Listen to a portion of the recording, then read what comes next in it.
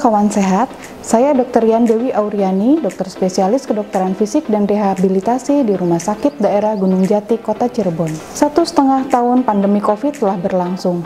Dunia sibuk dengan usaha pencegahan dan pengobatan untuk pasien penderita COVID. Tampilan klinis COVID sangat beragam. Saat ini diketahui bahwa COVID-19 memiliki kemampuan menyerang selain sistem pernafasan, misalnya sistem pencernaan, syaraf, jantung, dan kulit. 13–87% penyintas mengalami keluhan pasca akut dan kronis, terutama pada penyintas dengan riwayat gejala berat. Gejala menetap yang dikeluhkan penyintas diantaranya adalah sesak nafas, batuk, sulit tidur, nyeri otot, sakit kepala, kecemasan, depresi, kehilangan penciuman, dan lain-lain. Untuk sesak nafas, beberapa penyintas bahkan masih belum dapat lepas dari suplementasi oksigen. Yang banyak dikeluhkan pada umumnya adalah sesak nafas dan lelah yang timbul dengan peningkatan aktivitas. Bidang ilmu kedokteran fisik dan rehabilitasi berfokus pada usaha untuk mengatasi gangguan fungsi atau disabilitas yang disebabkan oleh suatu penyakit atau cedera. Fungsi ini terkait dengan kemampuan tubuh untuk dapat melakukan aktivitas fisik dan berpartisipasi dalam lingkungan sosial. Tujuan intervensi rehabilitasi adalah tercapainya tingkat kemandirian yang optimal dan mencapai kualitas hidup yang lebih baik.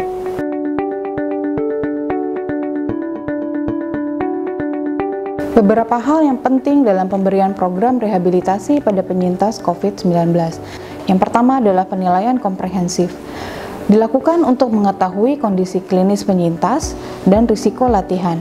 Tim akan melakukan anamnesis atau wawancara, kemudian pemeriksaan fisik, pemeriksaan laboratorium, radiologi, pemeriksaan kapasitas fungsional, pemeriksaan tingkat kualitas hidup, tingkat kelelahan, tingkat nyeri, tingkat sesak, status nutrisi, dan kondisi psikis bila diperlukan. Yang kedua adalah menyusun program rehabilitasi yang individualized, yang artinya program spesifik disesuaikan dengan kondisi dan kebutuhan masing-masing pasien. Penyintas dengan long COVID sering masih mengalami kekurangan oksigen saat aktivitas, mudah lelah, dan kelemahan otot akibat imobilisasi lama. Oleh sebab itu, dalam membuat program, tim rehabilitasi akan memulai dari intensitas rendah dan dinaikkan sesuai dengan toleransi dan disesuaikan dengan penyakit penyerta yang dimiliki pasien sebelumnya. Yang ketiga adalah melakukan pengawasan sebelum, sesudah, dan saat program dijalankan. Long COVID-19 adalah penyakit baru yang belum banyak diketahui, sehingga respon terhadap program yang diberikan juga tidak dapat sepenuhnya diprediksi. Oleh sebab itu, selama melakukan latihan, akan selalu dilakukan pengawasan terhadap tanda vital pasien. Tidak ada ketetapan batasan latihan yang bersifat universal. Pengalaman klinis dan toleransi pasien saat latihan akan dijadikan batasan. Pedoman yang direkomendasikan adalah membatasi aktivitas atau latihan pada tingkat intensitas ringan atau sedang dan tidak merekomendasikan aktivitas atau latihan dengan intensitas berat atau tinggi. Latihan juga akan segera dihentikan jika terdapat perburukan gejala atau timbul gejala. Yang keempat adalah evaluasi. Evaluasi akan selalu dilakukan terhadap penerimaan dan keberhasilan program. Agar evaluasi dapat efektif, maka setiap program yang dijalankan dan bagaimana respon tubuh terhadap latihan akan selalu dicatat. Yang kelima adalah program rehabilitasi yang komprehensif. Dalam upaya mencapai tujuan intervensi rehabilitasi, maka dokter spesialis kedokteran fisik dan rehabilitasi akan bekerja sama lintas profesi bersama tim keterapian fisik, yaitu fisioterapis, terapis okupasi, terapis wicara, ortosis dan prostesis, petugas sosial medik, perawat rehabilitasi, psikolog, dan spesialis kedokteran lainnya yang terkait. Yang dimaksud dengan program rehabilitasi komprehensif adalah menetapkan suatu program yang meliputi latihan, konseling, pemberian terapi modalitas, dan pemberian edukasi yang sifatnya individual, sangat bergantung pada kondisi dan kebutuhan pasien.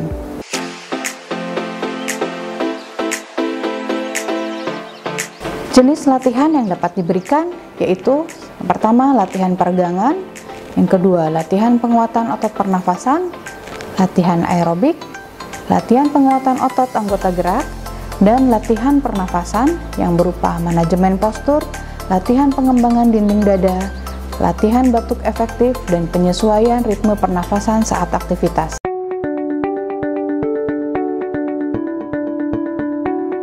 Hal penting lain yang diberikan adalah yang pertama, edukasi pasien mengenai penyakitnya, pengaturan pola aktivitas dan istirahat, gizi seimbang, dan anjuran untuk berhenti merokok.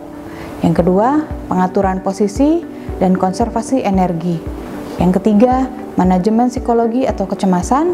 Yang keempat, motivasi agar pasien secara bertahap mencoba kembali berpartisipasi dalam aktivitas keluarga dan aktivitas sosial, tentunya dengan tetap menjalankan dan memperhatikan protokol kesehatan. Bagi kawan sehat yang memiliki keluhan dan gejala pasca menderita COVID-19, jangan ragu untuk berkonsultasi dan memeriksakan diri ke dokter.